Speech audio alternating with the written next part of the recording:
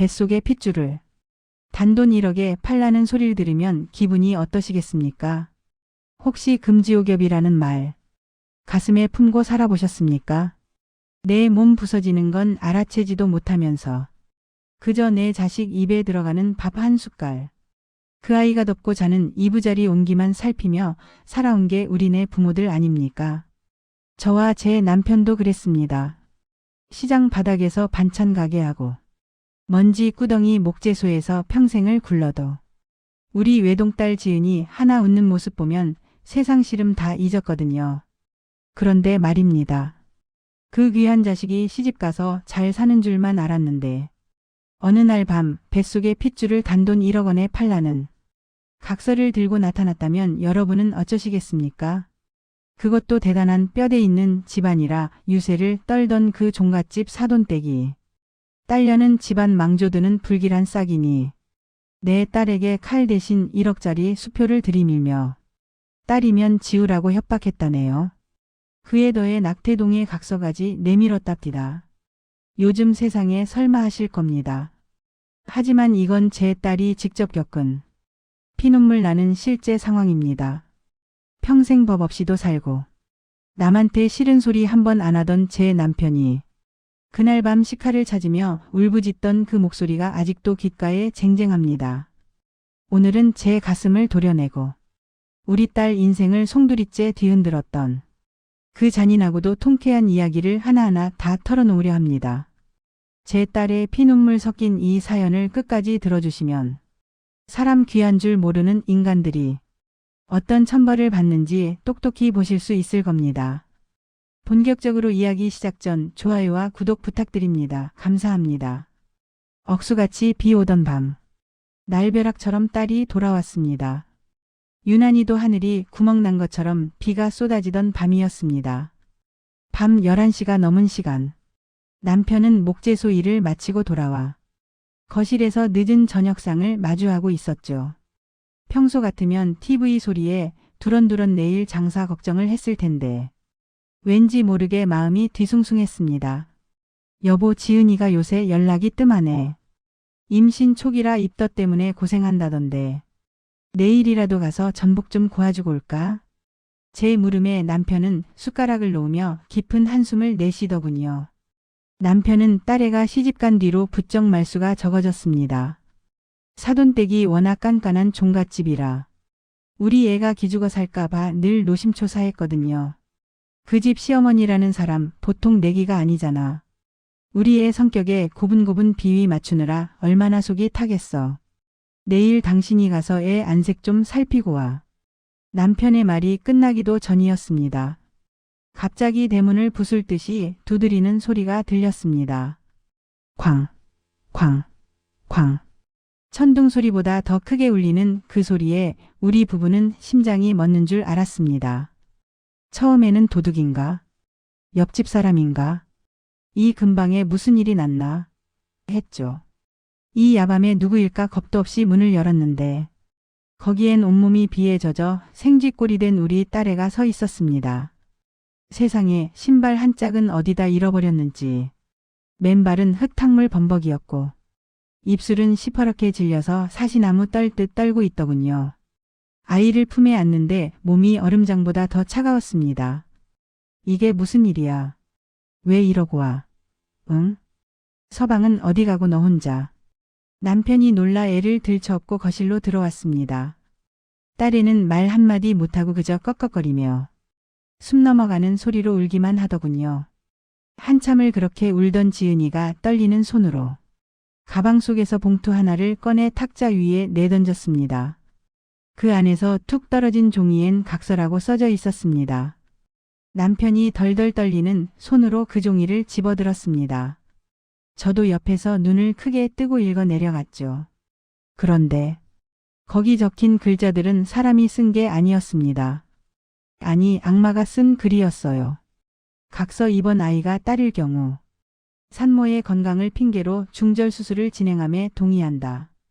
이에 응할 시 지원금 1억 원을 지급하며 만약 거부하고 딸을 낳을 시 종갓집의 모든 상속권과 호적에서 제외됨을 인정한다.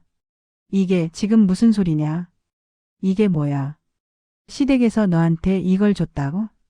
딸이면 애를 지우라고. 남편의 목소리가 짐승의 포효처럼 거실을 울렸습니다. 딸애는 바닥에 주저앉아 자기 배를 감싸 안으며 오열했습니다. 어머님이 점쟁이를 불러왔는데 이번 애가 딸이면 집안 기운 다 뺏고 망조가 든대. 1억 줄 테니까 수술하고 다음에 아들 낳으래. 근데 더 기가 막힌 건 오빠야. 오빠가 옆에서 그러더라. 지 엄마 말이 다 맞다고. 우리 전세 대출금도 많은데 1억 받고 수술하자고. 다음에 아들 낳으면 되지 않냐고. 나보고 이기적으로 굴지 말래. 그 말을 듣는 순간 제 남편의 눈이 뒤집혔습니다. 평생 자식 앞에서는 욕 한마디 안 하던 사람이 갑자기 부엌으로 달려가더니 식칼을 찾아 들더군요. 이런 개차반 같은 놈들이 내 딸 배 속의 생명을 돈 1억에 사고 팔아. 내가 그놈들 다 죽여버리고 감옥 가련다. 놓으라고. 이거 놓으란 말이야. 저도 너무 놀랐지만 남편은 화가 머리끝까지 났죠. 남편을 붙잡고 늘어지는 제 손에도 피눈물이 섞였습니다. 딸애는 아빠 다리를 붙잡고 제발 가지 말라고. 무서워 죽겠다고 울부짖었죠. 밖에는 비가 사정없이 쏟아지고 우리 집 거실은 순식간에 아수라장이 되었습니다.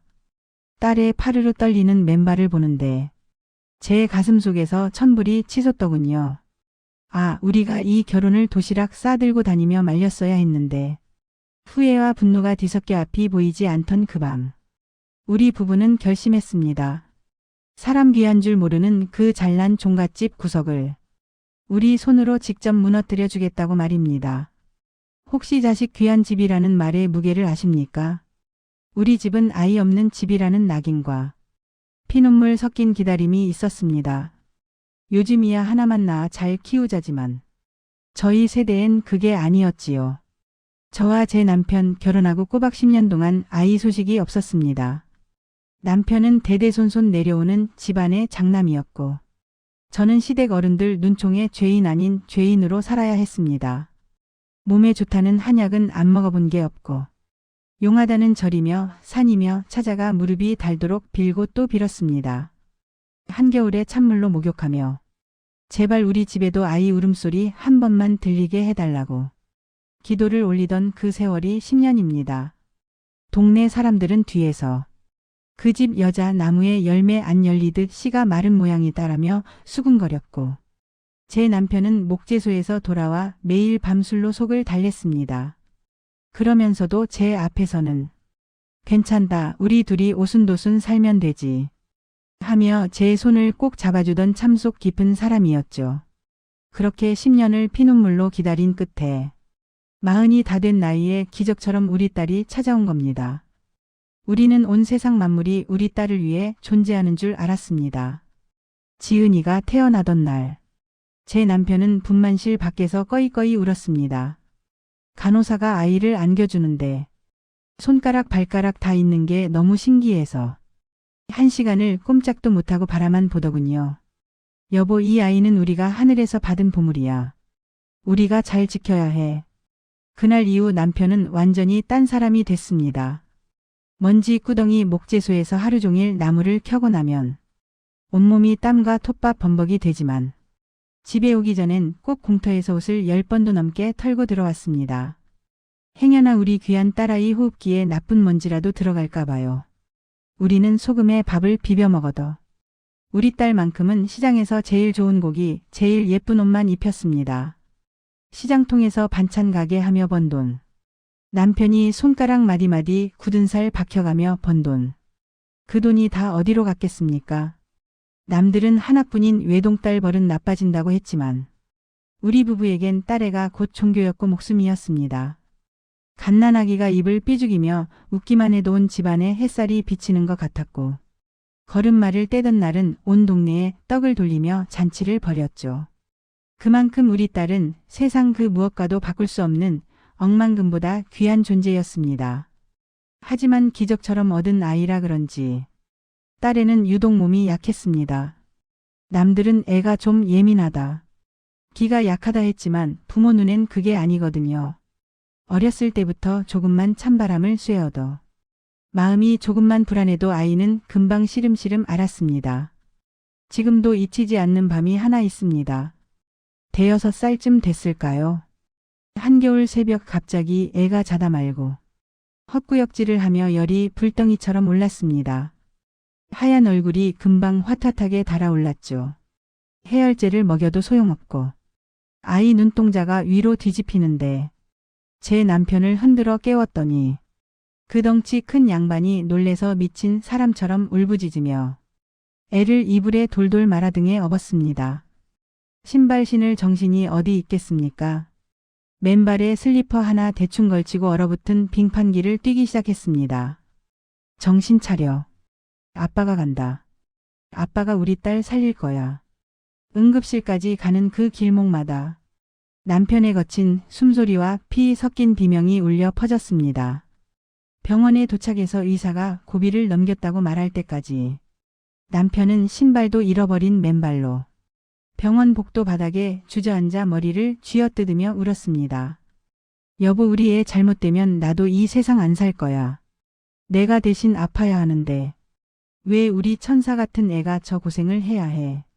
초등학교 졸업식, 고등학교 입학식, 남편은 목재소 일로 손마디가 다 갈라졌어도 딸의 행사라면 열 일을 제쳐두고 달려갔습니다. 지은이가 대학 합격 통지서를 받아온 날, 그 덩치 큰 남편이 아이를 끌어안고 목 놓아 울던 모습이 아직도 눈에 선합니다.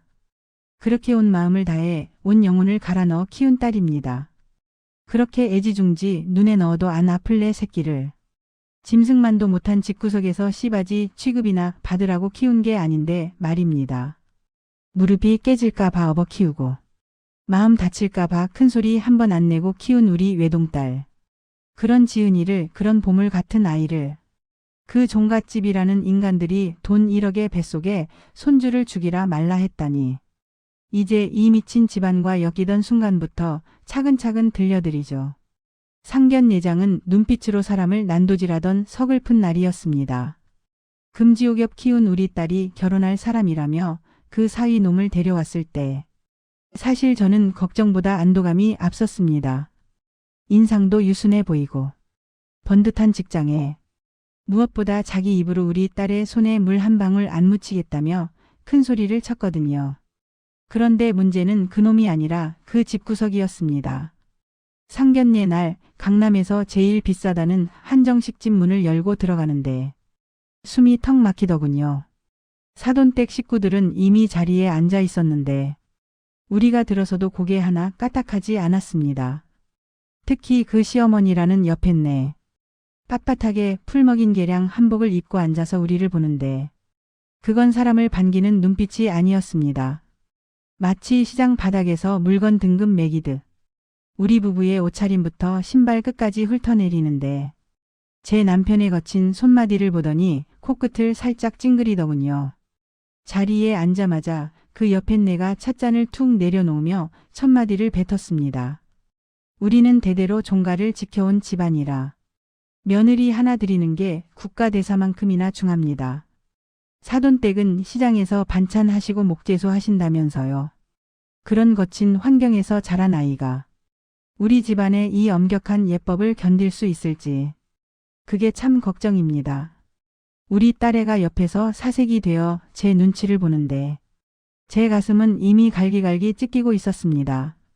남편은 찻잔을 쥔 손에 핏대를 세우며 꾹 참고 있었죠. 사돈은 멈추지 않았습니다.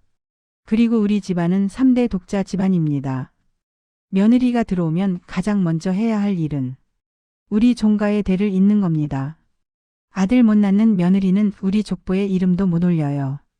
상견례 자리에서 내 딸을 앉혀놓고 아들 낳는 기계 취급을 하는데 저는 그 자리에서 밥상을 뒤엎고 싶었습니다. 하지만 우리 지은이가 그 사위 놈손을 꼭 잡고 간절하게 저를 쳐다보는 바람에 저는 그저 허벅지를 꼬집으며 참아야 했습니다. 맘 같아선 뼈대 있는 집안의 며느리는 씨바디부터 시작합니까? 라고 하고 싶었죠. 그날 돌아오는 길, 차 안은 장례식장보다 분위기가 더 무거웠습니다. 남편은 운전대를 잡은 손을 바들바들 떨더니 집 앞에 도착하자마자 딸의 손을 잡고 길바닥에서 소리를 높였습니다. 아빠가 빈다. 제발 이 결혼하지 마라. 저 집구석은 사람 귀한 줄 모르는 집이야. 뼈대? 그건 사람 잡는 몽둥이다. 네가 저기 가면 네 영혼까지 다 갉아먹힐 거야. 아빠가 필요한 거 다 해줄게. 저 집은 절대 안 된다. 남편이 그렇게 피눈물을 흘리며 빌었건만 우리 애는 울면서 고집을 피웠습니다. 남편 손을 꼭 잡으면서 그러더군요. 아빠, 나 우리 오빠 믿어. 오빠가 나 얼마나 아껴주는데. 시대가 어느 땐데 아들 타령이야. 내가 잘하면 시어머니도 변하실 거야. 그 착해 빠진 고집이 제 인생을 갉아먹는 칼날이 될 줄은 꿈에도 모르고 말입니다. 그놈의 오빠 소리. 그 비겁한 약속 하나 믿고 사지로 들어가겠다는 딸 자식을 보며 남편은 그날 밤 목재소 마당에서 깡소주를 들이켜며 밤새도록 통곡했습니다. 여보, 우리 이제 어떡하냐. 우리가 애를 너무 온실 속 화초로 키웠나 보다 라면서요. 그때 딸이 우리 말을 들었더라면 지금 같은 상황은 없었을 것인데요. 그리고 결혼 준비를 시작하며 딸은 마른 나뭇가지처럼 변해갔습니다.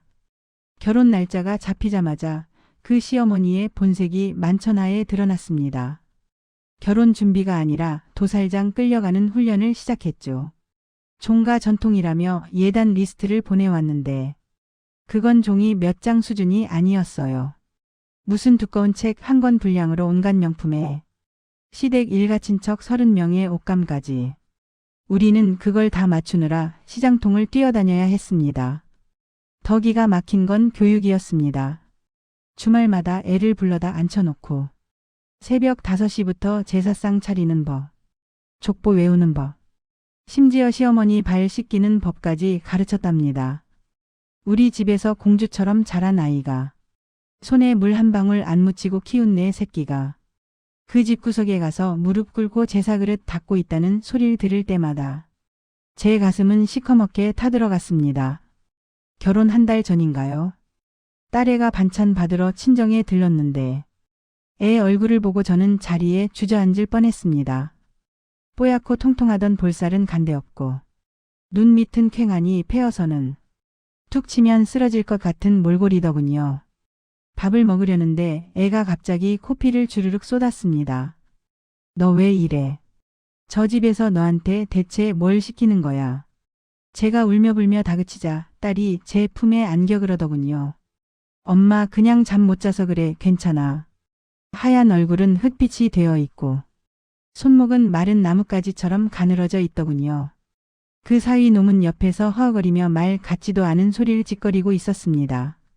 제가 멱살이라도 잡을 기세로 자네 내 딸 꼴 좀 보게. 애 몰골이 왜 이래? 하고 소리를 질렀더니 그놈이 뭐라 한 줄 아십니까? 장모님, 장인어른 너무 걱정 마세요. 우리 엄마가 원래 좀 꼼꼼하셔서 그래요. 종부 수업이 원래 좀 힘들잖아요. 지은이가 우리 집안 안주인 되려면 거쳐야 하는 과정입니다. 제가 나중에 더 잘할게요. 사이놈은 자기 엄마 치마폭에 20아내를 제물로 바치는 앞잡이였던 겁니다. 그놈의 조금만 참자는 소리. 그게 애 숨통을 조이는 밧줄인 줄도 모르고 그놈은 허실실 웃으며 딸애를 차에 태워갔습니다. 남편은 목재소 구석에서 그 광경을 지켜보며 차마 딸을 잡지도 못하고 자기 허벅지를 대못으로 찌르며 울었습니다. 자기가 능력이 없어서 딸을 저 지옥으로 보내는 것 같다면서요. 결국 비극적인 결혼식 날이 다가왔습니다. 웨딩드레스를 입은 하나뿐인 우리 딸의 모습은 예쁘다기보다 안쓰러웠습니다. 신부화장으로도 초췌한 얼굴이 가려지지 않았죠. 마른 나뭇가지 같은 팔목에 걸린 레이스가 자꾸 덜렁거리는데 신부 입장 전 남편이 손을 잡고 마지막으로 물었습니다. 지금이라도 늦지 않았다. 아빠랑 그냥 나갈까? 딸애는 억지로 웃으며 고개를 저었죠. 아빠, 나 괜찮아. 나 행복하게 잘 살게. 하지만 남편은 신부 입장을 하며 제 딸의 파르르 떨리는 손등을 느끼고는 예식 내내 고개를 숙이고 눈물만 닦았습니다. 여보, 저 집은 사람 사는 집이 아니야. 우리 지은이 제 명에 못 살면 어쩌냐. 그렇게 온 마음을 다해 불안함을 억누르며 딸을 보냈건만 그 결과가 겨우 뱃속에 손주가 딸이면 지우라는 1억 원짜리 각서라니요. 이게 말이 됩니까? 제 딸의 영혼을 갉아먹고 뱃속의 생명까지 돈으로 흥정하려 한 그 인간들. 이제부터 저희 부부가 어떻게 그 집구석을 박살내는지 똑똑히 지켜봐 주십시오. 결혼하고 1년 만에 지은이에게 아이가 찾아왔습니다. 그 소식을 전해 듣던 날 우리 부부는 목재소 앞마당에서 서로 붙잡고 울었습니다. 여보, 지은이가 엄마가 된대. 우리 애 닮은 예쁜 애가 나온대. 남편은 그날로 목재소 일을 쉬고 창고 깊숙이 넣어뒀던 최고급 편백나무를 꺼냈습니다. 우리 손주 쓸 침대는 이 세상에서 제일 좋은 나무로 할아버지가 직접 만들어줄 거라면서요. 시댁 반응은 더 대단했습니다. 종갓집 3대 독자 집안에 드디어 귀한 씨가 들어섰다며 그 깐깐하던 시어머니가 하루아침에 천사로 변했다더군요. 발이 땅에 닿을세라. 얘야, 넌 가만히 앉아 있어라. 무거운 거 들면 큰일 난다며 직접 전복을 손질해 먹이고 딸애가 자는 방에 최고급 가습기며 명품 임산부 복까지 채워 넣었답니다. 우리 애는 그게 자기를 향한 애정인 줄 알았답니다. 엄마, 어머님이 나 이제 진짜 식구로 봐주시나 봐. 오빠도 너무 좋아해. 행복해하는 딸의 목소리를 들으며 저도 믿었습니다. 아, 이제 우리 딸 고생 끝났구나. 그런데 그 다정함 뒤에 칼날이 숨겨져 있을 줄은 꿈에도 몰랐습니다. 사돈의 그 모든 정성은 아이를 향한 게 아니었습니다. 오로지 종갓집 대를 이을 아들이라는 확신 아래서만 나오는 유통기한 있는 친절이었던 겁니다. 임신 18주 차. 드디어 아이 성별을 확인하러 가는 날이었습니다. 애저녁에 사돈댁이랑 병원에 같이 가기로 약속을 했답니다. 우리 애는 그날 아침부터 기분이 이상하게 불안했대요. 병원으로 향하는 차 안에서 남편 놈은 연신 싱글벙글하며 여보, 엄마가 오늘 아들인 거 확인되면 우리 이름으로 상가 하나 해준대. 우리 이제 인생 피는 거야 라며 들떠 있었죠. 아내의 컨디션보다 제 엄마가 줄 상가 타령이나 하는 꼴이라니. 병원 초음파실. 차가운 젤이 배에 닿고 화면에 작은 생명의 움직임이 비쳤습니다. 의사 선생님이 빙그레 웃으며 말했죠. 산모님, 아이가 아주 건강하네요. 엄마 닮아서 다리도 길고 아주 예쁜 공주님입니다. 그 순간 진료실 안의 공기가 순식간에 영하로 얼어붙었습니다. 같이 들어왔던 시어머니의 얼굴. 그 인자하던 얼굴이 단 1초 만에 일그러지는데 지은이는 그 모습이 마치 괴물 같았답니다. 딸? 선생님, 그럴 리가 없어요. 우리 집안은 3대 독자 집안인데 딸이 나올 리가 없다고요. 다시 봐요. 돈은 얼마든지 줄 테니까 제대로 보라고. 시어머니는 의사 소매를 붙잡고 소리를 질렀고 우리 딸은 침대 위에서 배를 가린 채 벌벌 떨어야 했습니다. 병원을 나오는 길. 시어머니는 애 얼굴은 쳐다보지도 않고 앞장서 걸었다고 하고 그 유순하다던 남편 놈은 엄마 눈치 보느라 울고 있는 애 손조차 잡아주지 않았다더군요. 그 이후 이틀 동안 시어머니가 연락이 없었다더군요. 그리고 그 이후 이틀 만에 전화가 와서 당장 시댁으로 오라고 했답니다. 시댁에 갔더니 시어머니는 딸애를 안방으로 혼자 불렀습니다. 방 안에는 무거운 향내만 가득했고 탁자 위에는 하얀 봉투 하나가 놓여 있었죠. 시어머니가 차갑게 입을 열었습니다.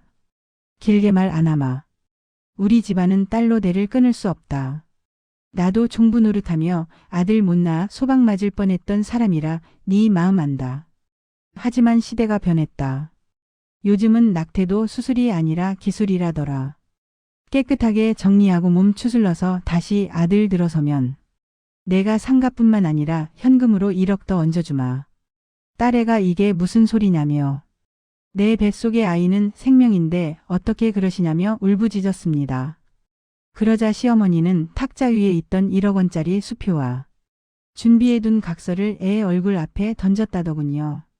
이게 네 몸값이고 네 자식값이다. 이거면 너네 집 대출도 다 해결돼.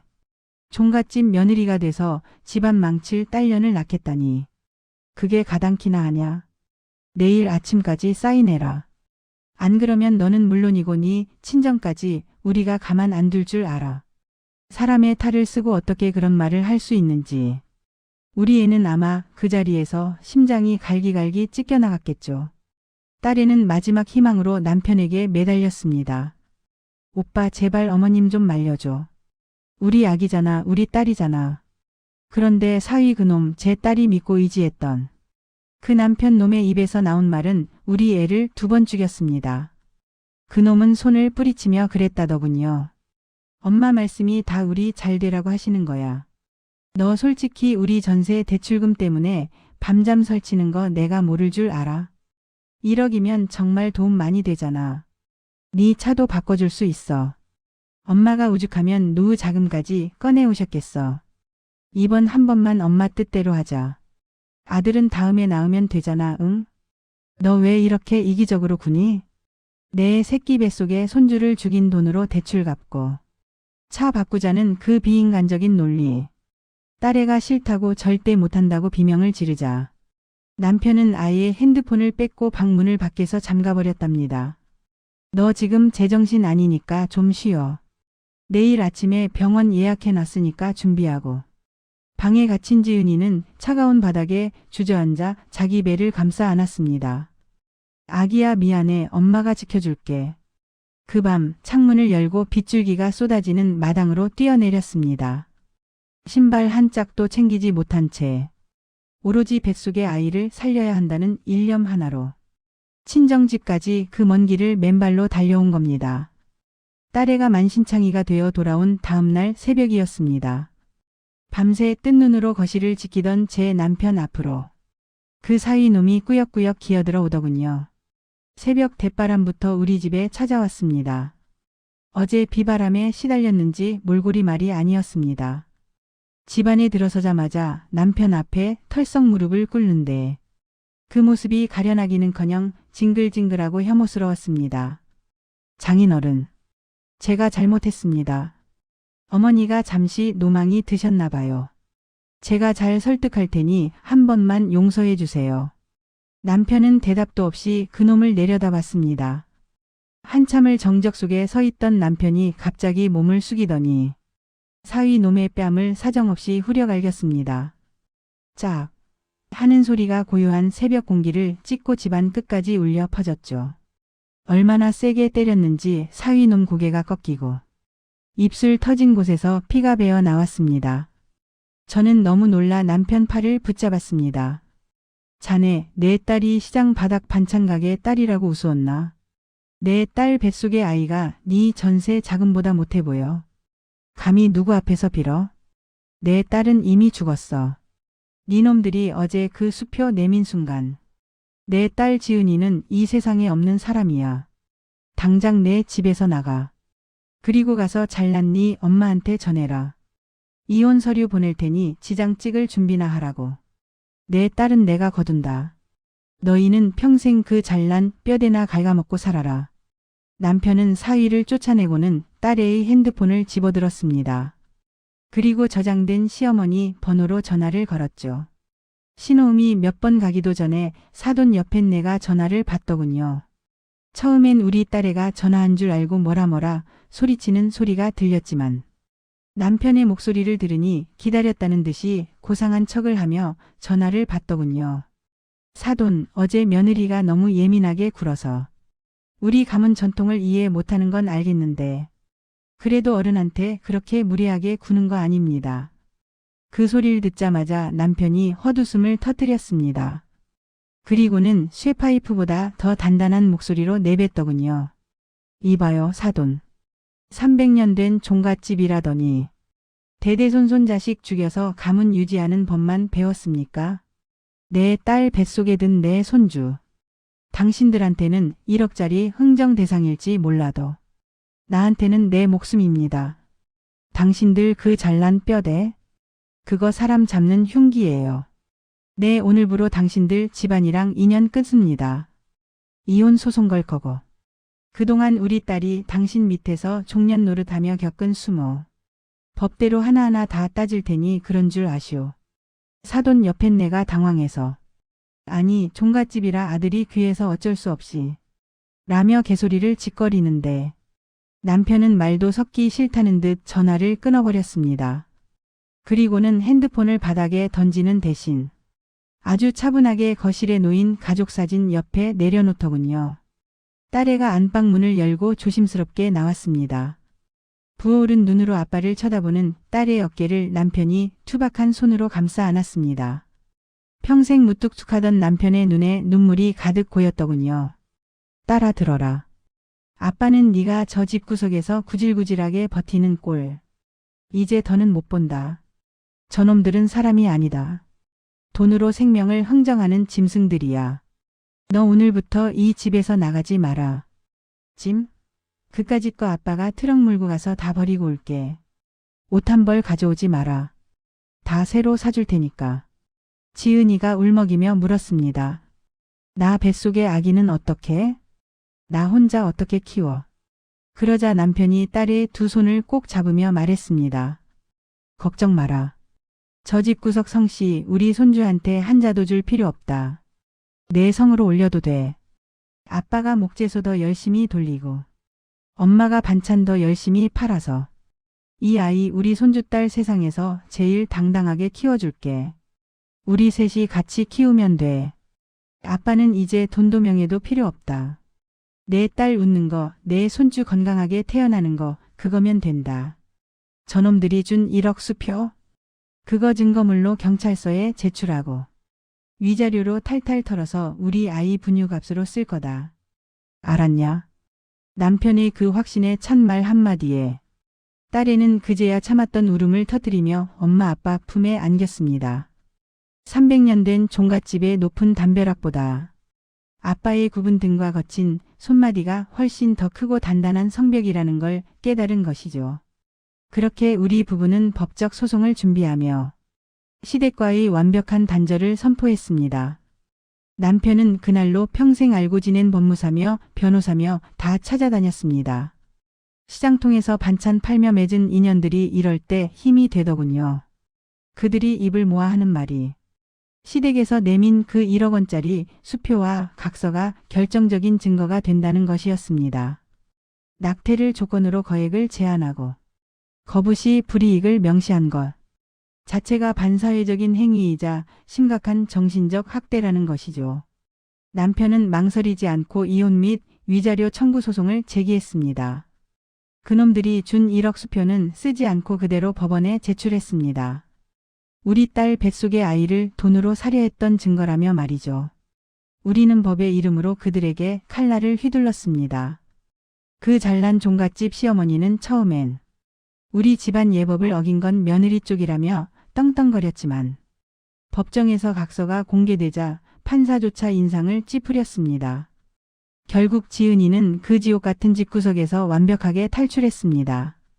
위자료는 물론이고 앞으로 태어날 아이의 양육비까지 단 한 푼도 놓치지 않고 싹 다 받아내기로 했습니다. 남편은 말했습니다. 그놈들 피 같은 돈 우리 손주 분유값으로 써서 죗값 치르게 할 거다라고요. 하지만 진짜 복수는 법정 밖에서 시작됐습니다. 사돈댁이 그토록 중시하던 게 뭡니까? 바로 가문의 체면 아닙니까?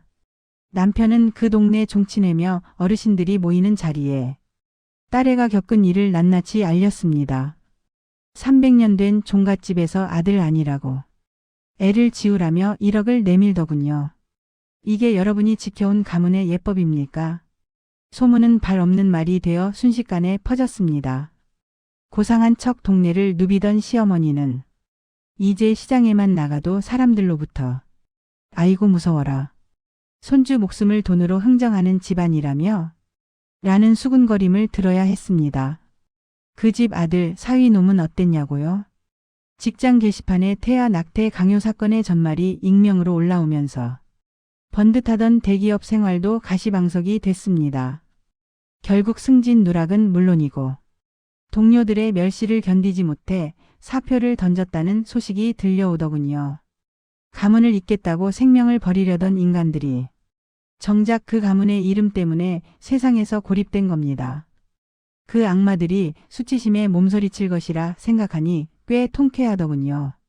그리고 몇 달 뒤, 우리 지은이가 드디어 건강한 딸을 낳았습니다. 산부인과 복도에서 초조하게 기다리던 제 남편. 간호사가 공주님이에요. 하며 아이를 보여주는데 그 덩치 큰 양반이 무릎을 꿇고 아이를 안으며 엉엉 울었습니다. 고생했다. 아빠가 이 아이 세상에서 가장 당당하게 키워줄게. 누가 뭐래도 이 아이는 우리 집안의 기둥이다. 남편은 지은이의 성을 따라 아이의 이름을 올렸습니다. 이제 그 종갓집과는 성씨조차 섞이지 않은 오로지 우리 지은이의 딸로 말이죠. 요즘 우리 목재소 풍경이 바뀐 거 아십니까? 톱밥 날리던 마당 한구석에는 남편이 편백나무로 손수 만든 화려한 아기 침대가 놓여 있고 무뚝뚝하던 기계 소리 대신 아이의 자지러지는 웃음소리가 가득합니다. 남편은 퇴근하고 돌아오면 손부터 3번씩 씻고 손주를 안아듭니다. 우리 김씨 집안 예쁜 공주님. 할아버지가 나중에 네 이름으로 된 목재소 하나 차려줄게. 하며 재롱을 피우는데 그 모습이 어찌나 행복해 보이는지 모릅니다. 여러분, 300년 된 가문의 전통보다 더 무거운 건 내 자식을 사랑하고 지켜내겠다는 부모의 마음입니다. 1억 원짜리 수표보다 더 귀한 건 갓 태어난 아이의 작은 숨소리고요. 진짜 뼈대는 돈이 아니라 사랑으로 세우는 겁니다. 혹시 지금도 주변의 눈치 때문에 혹은 말도 안 되는 집안의 위세 때문에 가슴 아리 하시는 분들 계십니까? 겁내지 마세요. 부모가 당당해야 자식도 숨을 쉽니다. 우리 딸은 이제 예전에 그 약하던 아이가 아닙니다. 제 딸을 지키기 위해 누구보다 강한 엄마가 되었고 우리 남편은 그 든든한 버팀목이 되어주고 있습니다. 오늘 우리 집의 이야기가 여러분께 작은 용기가 되었길 바랍니다. 세상 모든 딸들이 그리고 그 딸을 지키는 모든 아버지들이 모든 엄마들이 오늘 밤만큼은 편안하게 잠드셨으면 좋겠습니다. 긴 이야기 들어주셔서 감사합니다.